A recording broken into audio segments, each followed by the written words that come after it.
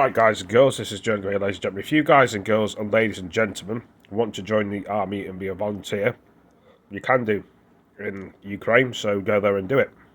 Some of you may not be interested in it, some of you may just try it for the first time. This British guy has volunteered and he's there. Now you'll see him speaking. I'm going to put the thing on the TV, the news. The lady's going to be asking what made him join the army. And she's British as well, this woman. News reporter. What made you decide to come here? It's a really good question. Lots of different answers. I think the most important is I was sat around one evening and looking at the news, and I thought to myself, how could I not do something about this? How can I not go out there and help? Especially seeing the war crimes being committed on civilian populations, I just thought, I can't sit by and let this happen. It reminded me of stories that my grandmother and grandfather told me about the First World War, Second World War, even in Britain. And I thought to myself, in this century, we're experiencing stuff like this still, and by a first world country like Russia, it's criminal.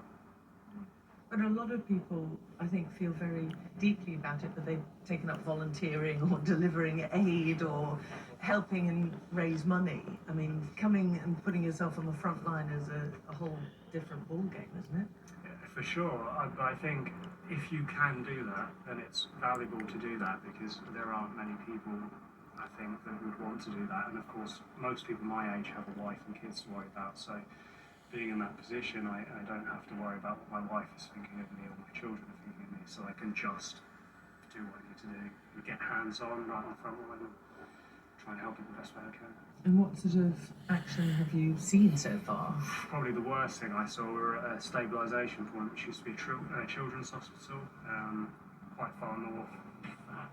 Wasn't quite close to where we are now, probably further west, but we had a Russian artillery shell go off about 100 metres from the hospital building, flew out all the windows. That was quite a stark realisation of how little of a damn the Russians give about the Ukrainians. Did you feel like you came close to getting hurt or injured yourself? No, it's difficult to explain, but I mean, with artillery, you're never going to know until after you've been hit, so I always thought when I was a kid, if I ended up in a war zone, I'd seen it on the TV, I always thought, wow, how do people put up with that, knowing that they might get blown up any second? But when you're actually there, and it's peace and quiet like this, you just forget all about it. There's no point worrying about what could be. There's a lot of talk about potential war crimes being committed. What have you seen on the ground that either backs that up or not? I've seen medics wounded by Russian rifle rounds. I've heard countless tales. I've personally never seen medics shot at myself in the short time I've been here, but I've heard countless stories from 2014 of medics being shot at, especially by Russian sharpshooters who seem to be trained to shoot medics first. I'm not sure about the average Russian soldier, but from what I've heard, they also will pick on medics. What have you seen this time that might show that they're targeting civilians or ambulance workers or anyone who's a non-combatant?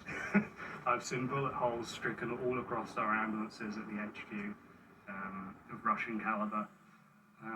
And, the hospitals that we go to that had just shattered windows, sandbags, all that.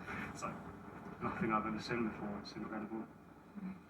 And what's the reaction been from the fellow Ukrainian fighters that you're alongside to you? Yeah.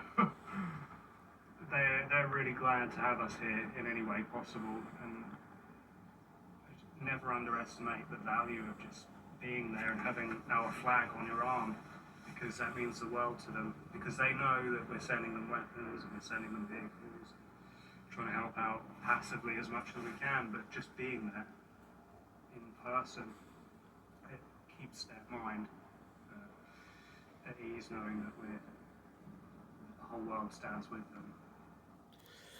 Well, guys and girls, ladies and gentlemen, that British guy's done it. Will Northern Ireland and Scotland and Wales be there? Or they're probably already there, some people from there.